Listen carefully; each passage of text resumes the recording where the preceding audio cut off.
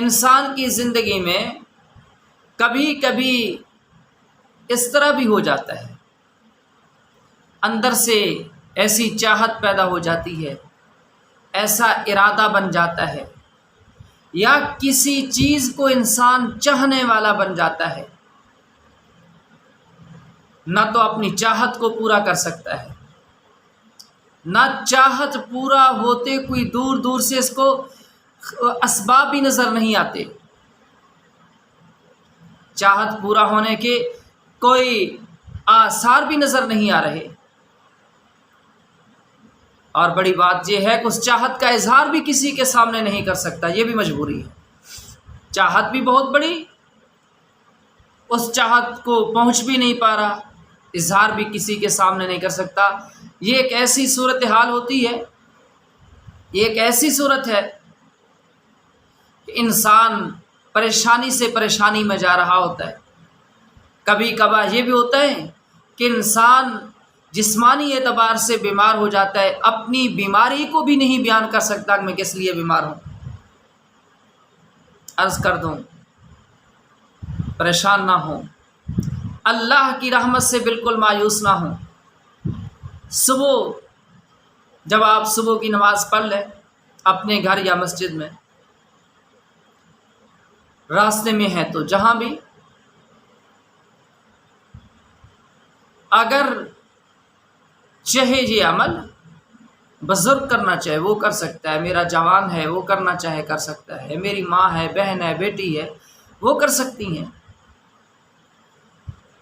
نماز پڑھ لینے کے بعد 11 مرتبہ درود شریف پڑھ لیں جو آپ کو آسانی سے آتا ہو، اور اس کے بعد سورۃ یاسین کو مبین کے ساتھ، یعنی جب آپ ایک مبین پہ پہنچیں دوبارہ سورۃ یاسین والقرآن الحکیم سے شروع کر دیں،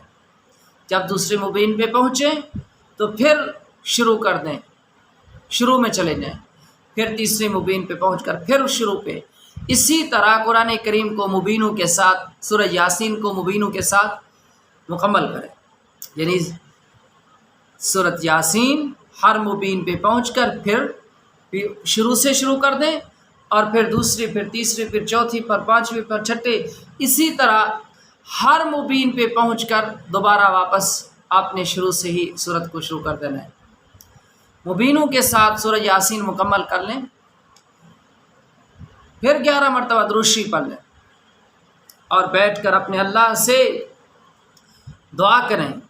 آپ کی وہ چاہت جو آپ چاہتے ہیں اور جس کا اظہار بھی نہیں کر پا رہے۔ ہاں ایک بات یہاں یہ عرض کر دوں، اس چاہت کے آپ طلبگار اس درجے بن چکے ہیں کہ آپ بیمار ہو چکے ہیں اس چاہت میں، تو پھر اس میں ایک اور عمل بھی آپ نے کرنا ہے۔ جب سورۃ یاسین کا عمل آپ نے کرنا ہے، سامنے پانی بھی رکھ لینا ہے، جب یہ 11 مرتبہ درود شریف سورۃ یاسین پھر 11 مرتبہ درود شریف پڑھ لے، پانی پہ پھونک مار کے وہ پانی پی لیں، اس سے آپ کے اندر کی بیماری ختم ہو جائے گی، اس کا علاج کوئی نہیں ہوگا۔ اگر کسی چاہت سے آپ کے جسم میں وجود میں بیماری لگ گئی ہے تو اس کا علاج کوئی نہیں ہو سکتا، اس کا علاج یہی ہے جو میں عرض کر رہا ہوں۔ اور پھر اللہ پاک سے دعا کریں، یہ عمل 21 دن مسلسل کریں، اور اس کے بعد جب تک آپ کا یہ کام، آپ کی چاہت پوری نہ ہو، 21 دن کے بعد اس کو پڑھتے رہنا، انشاءاللہ اللہ پہ مجھے یقین ہے پہلے تو 21 دن سے پہنچنے سے پہلے ہی آپ کا کام ہو جائے گا، آپ جو چاہ رہے ہیں آپ کی چاہت پوری ہو جائے گی۔ لیکن یہ اگر نہ ہو